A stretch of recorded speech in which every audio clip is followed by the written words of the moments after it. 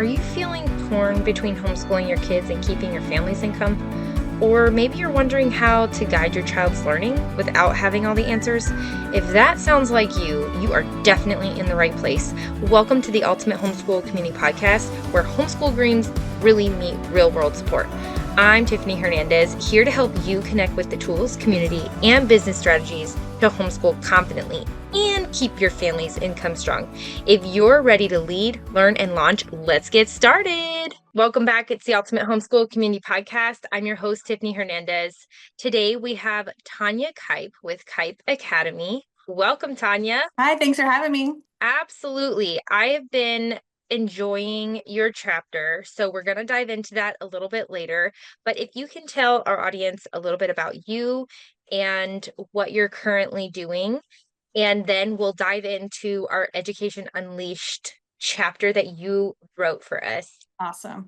So my name is Tonya Kipe. I'm currently leading a microschool here in Winter Haven, Florida. Before I was working in the microschool zones, I was a public school teacher for 11 years. I'm also a mom, so I've seen my sons go through the public school system. And my youngest one, we were able to homeschool him for his high school career. That's awesome. And that's a big feat, because I think a lot of parents, like just talking about the parent side, homeschooling during high school is usually a huge endeavor and it can be very overwhelming.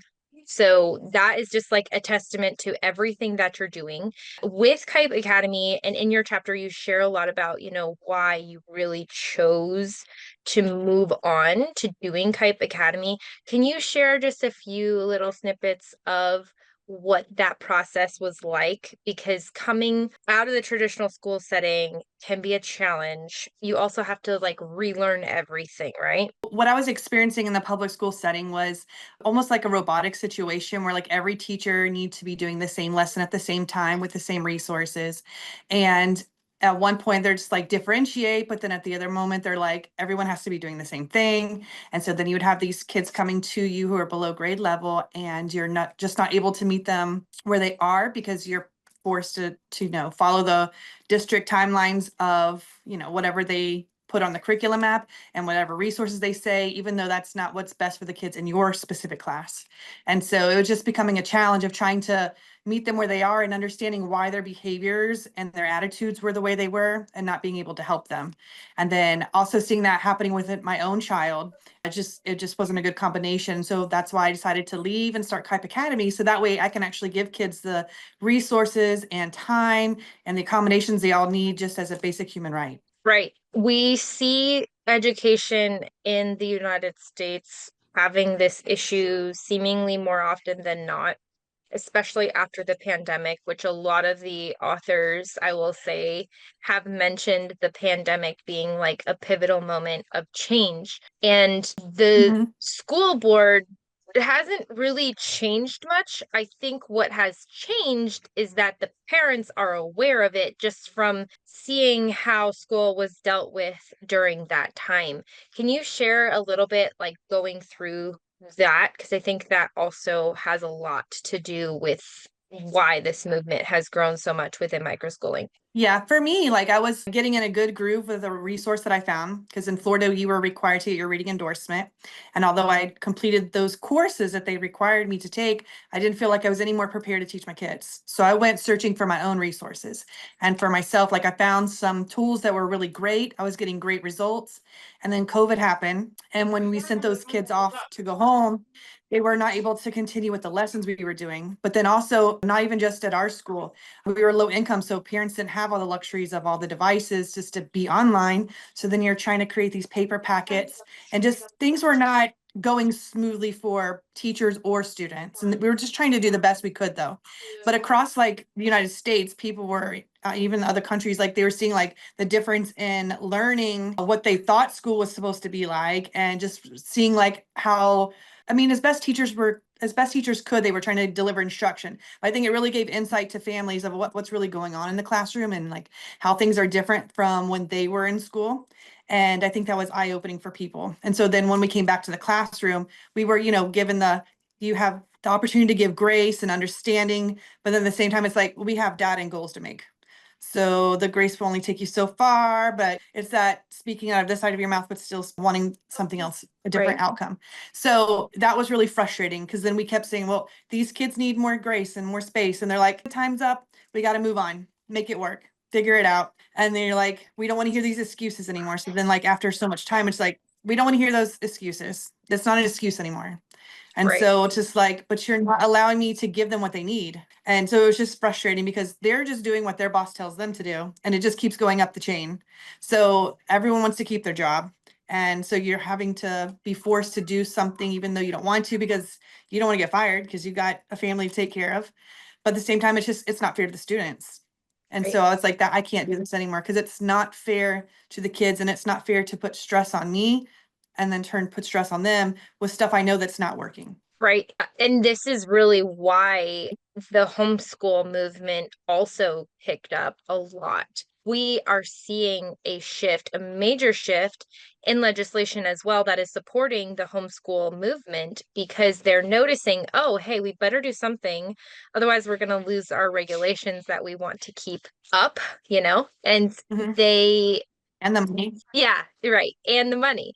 So they're trying to work so hard to get all these school choice options, but that is also helping the microschool movement to be able to help learners in the way that they need help.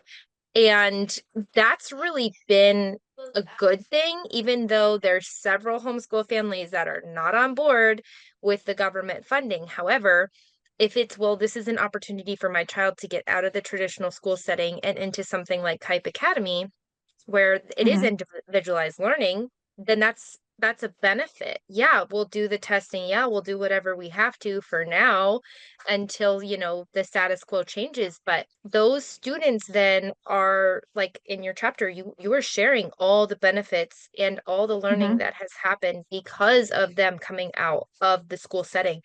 Can you share some of how that really rejuvenated your love for learning? Because I know you were also really getting worn down from the setting you were in before. Yeah, this year has been incredible.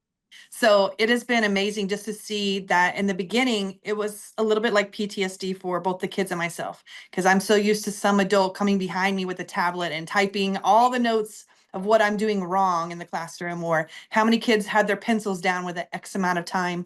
So the kids were also used to that stress being put on them. So when I was giving them some space, they're like, what's wrong with you? Like, I'm not sure about this. And so it was kind of like the first 2 months, all of us just trying to figure out the How do right we? balance. And that it's okay that if we're 3 minutes off the schedule, no one's going to come in here and like reprimand us because we're 3 minutes behind. Or if someone was having an emotional day, I'm actually allowed to sit with them and talk with them and help them feel more comfortable and happy. Where in the public school, they'd be like, why are you sitting over there? You should be doing this activity with your class, or you should be on the routine or the schedule, and that's not appropriate for right now. And so here, like we actually get to teach them about their feelings. They actually get to feel their feelings. So if they're aggravated or upset, that's okay. We don't tell them to knock it off or stop. Let's get to the root of it. Why did that happen? Why do you feel that way? And so then we can help them to move forward. And then the kids learn to talk with each other that way. Then they feel safe and comfortable to come to class. They feel safe and comfortable to make mistakes and to grow. And they're happy that they have some buy-in into what they get to learn about as well. So it's just been incredible not only to see them grow academically, but also socially. Because Right. we had some kids at the beginning of the year, two fourth graders on letters and sounds. One of them had to look at his name tag in order to write his name. And so here we are, like fourth graders, all the way in public school, like they were miserable going to school every day. And so now their Right. mom's like, whoa, they're like trying to rush me out the door in the morning to get there. They don't have to fight with them anymore about coming to school and they're not sad and they've made friends. And so it's just been amazing that those boys have grown from kindergarten level all the way up to like 1.5 and the other one was 1.6 in their grade level equivalents. And so that's incredible. And then we had a third grader who grew all the way to fifth grade level. And That's then amazing. our kindergartner, we don't have to like stress and push him to like be on a first grade level by the end of kindergarten. He got to play and have space to grow. And he was doing really cool things by the end of the year, trying to write his own books. And instead of just drawing pictures, he was able to tell us the sentences for the story. And then he had the stamina to actually to write by the end of the year. So a lot of great, amazing growth. That is, and the thing that we have to point out here too is that even though they're all on totally different levels, they're still able to all come together in a classroom Mhm. and connect. And it doesn't have to be one age group. They all are learning from each other and they're benefiting from seeing where the other person is at. Also, that includes their empathy, that increases that for them because they're Mhm. saying, oh, okay, we're not in a solo role even out in the real world, Mhm. right? In the work or the corporate Right. office. It's like all the 20-year-olds are not in a room together and all the 30-year-olds aren't in a room together. It's mixed age groups. So we have to learn to work like that. Yet we see in Mhm. schools, because it's easier for data to put everybody in the same classroom. But even like you're saying, your fourth graders were on two different levels and they were in the same class and yet they're academically in two different areas. Emotionally, socially, they might be on the same level, but we have to think about this too. It's like there's so much more benefit for pulling smaller classrooms together, smaller learning spaces together. We're really looking for ecosystems, right? And that is the benefit of bringing them into a micro school setting. And that's really what we're doing here is we're reimagining that education and what it can look like. You were sharing about individualized learning now that we're talking about that and how you've really been able Mhm. to tailor the learning to the student.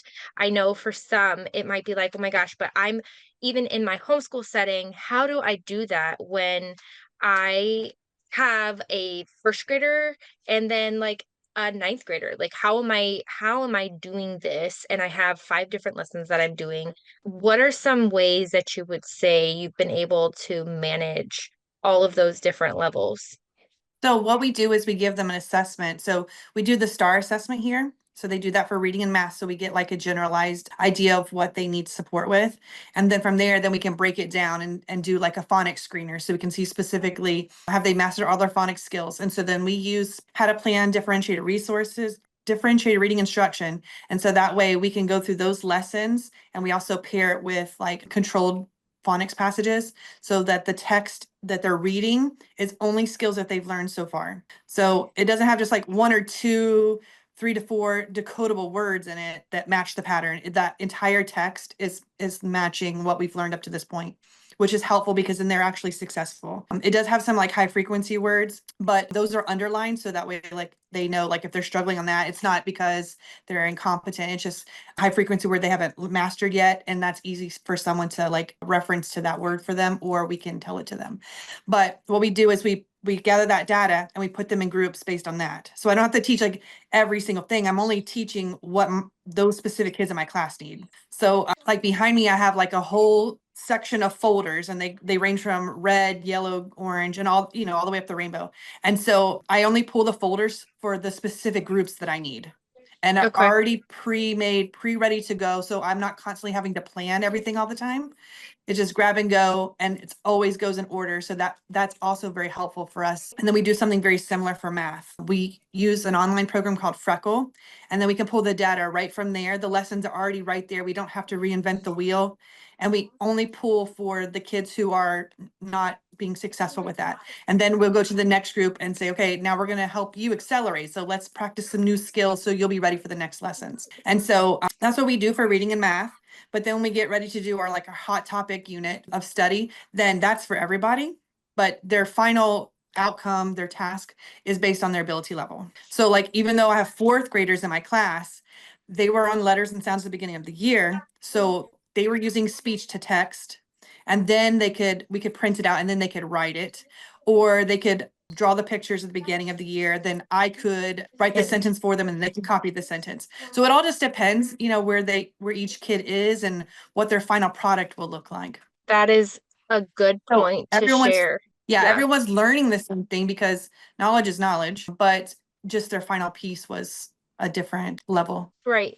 The outcomes are different, but the input is all mostly similar, but it's just a matter of Mhm. what level they're at, which I think is really smart. I mean, there's some that are like, I don't want to do any curriculum, yada yada. And I'm like, yes, I am there. I've been there before, not wanting to fuss with curriculum. But in this sense, like Mhm. where you're talking about it, it does streamline the process. It does help to create that structure, that framework, but it doesn't necessarily mean that you have to stick with all of those lessons. You can veer off, you can Right. individualize, you can make it very specific for what those students need, and it can tailor what they actually are doing versus what the curriculum says. So there is ways to play around with that. It's just like a matter of how that student maybe wants to learn, because you've got all different kinds of learning types, which will be my next point, because we have a lot more students that need short lessons. There may be ADHD, they've got some neurodivergence. We see it happening more and more. How are you navigating that? Because I know this is a big issue for parents and educators. A lot of them are like, well, I don't even know if I want them in the classroom, but they have to get somewhere. They have to get help. Okay. Talking about individualized learning, we were talking about curriculum and really how teachers and parents alike can make a difference for each student. With the fact that we've got different types of learners, like neurodivergence and those that are on the spectrum, they need a place to go. A lot of the homeschooling might be a little bit challenging for. Can you share a little bit about how you can help with that? We do have this navigator service. And so parents or microschools can come and work with us, and we can help support you by helping you pick out the curriculum and explaining things to you, and just help you feel more confident in delivering that instruction to your child or your group of kids. That would have been really helpful when even I first started homeschooling, because I will tell you, it is such a challenge bringing them home and trying to navigate that without having anybody to help. I've more than once, but I do know it is not really an option for individual families. Is that correct, that they have to go somewhere to get that done? For us here in where I'm at, I can't talk right now. So we do offer STAR testing. And so because our licensed teachers, we are able to that test for parents and then give them the results. That you're talking about, it is helpful on multiple levels. Does it do mostly reading and math? STAR test goes for reading and math. So if a family, I would say, that comes to you and to Kipe and they're like, hey, we want to maybe come assess, that's something that they could do on. You have to be enrolled at Kipe Academy. It's just a separate service that we offer. Now, share with me a little bit, because you've expanded some this year, and I know your goals, you've got lots of goals to expand more. Can you share just a little bit of your vision and what you're really looking forward to do in the future with Kipe Academy? Because like all these micro schools, we see them growing and expanding, but how do you plan on expanding when you still want to keep that small classroom size? What we've been able to do is we started off with the one-to-one small group tutoring. And so from there, then we added our weekend workshop, and we were able to find a space. Then we launched our microschool program. As we were doing our microschool program, we were still doing the one-to-one tutoring. And so that we can support the families who want a fuller program, and some families are like, hey, I can teach this subject, but I need support with this subject, or my kid needs enrichment, to support those families who are still in public school and their students are behind. So now we're able to support traditional students and homeschooling families. So that way it's still helpful for everybody. Now, here in August, it is this new school year starting today. We're expanding to our second microschool classroom. So our microschool, kindergarten to fifth grade. And then the following year, we'll be able to have enough students to open up a middle school class. And so from there, then we'll reevaluate, because a lot of the high schoolers here like to go to college to go get their degree started sooner, because you can do dual enrollment here. We will revisit the high school realm, but for now, families are definitely wanting the middle school. But we don't want to grow such enrollment that we lose that family vibe, because we like being able to talk to our parents in the car loop line, or utilize the space where we are now, because it's an incredible deal and it has all the amenities that we need here for right now. We just don't want to grow so big that we're left stranded looking for a space and that we don't know our families. I think that's really important to note too for educators and microschool founders who are wanting to come in. And then there's always the issue of, well, do I scale quickly or slowly? But growth really needs to be intentional. Like you said, we're creating a community of learners. We're not just worried about the numbers. We're more worried about the quality and Right. what these students are actually getting, because that's reimagining education that currently has been on such a massive scale that these students are getting lost, when the goal is really not to lose them, but to gain all the other elements that they've been missing, right? Right. And then some families have asked us to in other cities, and I'm like, I cannot be there to replicate it. And there's certain things that the schools need in order for it to have the same magic, and one of me. So I am not ready at this time to replicate anywhere else. I think that's very intentional though, and that's where you create that depth within creating your village, creating your communities, getting the parents on board, having them part of it, because that is where I think a lot of the families may be missing out. I know some are able to be more involved with public school or, with homeschool in this setting. It's really great that you have those parents that are wanting to be involved with their students. That's what makes all the difference. I would rather support another micro school leader in opening something in that area than trying to spread myself thin and trying to manage multiple locations. Well, this has been such a pleasure chatting with you, sharing about your school. If there's like one last piece of advice that you would say to give to educators that, coming out of either the traditional school setting or even coming into it from a homeschool setting, what would you say would be the one thing really helped guide you down this path? Say you need to give yourself time to, I don't break away from the system, but just time to clear out all those things that you've learned, because not all of those things need to go forward with you. Those things may have worked in that setting, but they're not going to work in the new setting. So take the time to just refresh your brain, go visit other micro schools. If you're on vacation, see who's in the area, go stop into their school. I've done that plenty of times on vacation. Just get out there and see what's different, so your brain and your mind and heart are opened up to new things. And sometimes it's hard to imagine new things when you've not been exposed to them. Great. I think that's a great advice. We do better when we collaborate, contribute to the book that's coming out. So we're super excited. The educators definitely need to read your chapter. It's very inspiring, and it gives such great context on really practical tips on what to do within the classroom, things to think about. The goal for this was to not only collaborate, but create community and really enforce the micro school movement for it to barrier. We're looking at changing the way that things have been done, and it's happening. So much for having me on today, and I love being part of the book. Absolutely. All right. Happy homeschooling, everyone. We'll see you next time. Bye.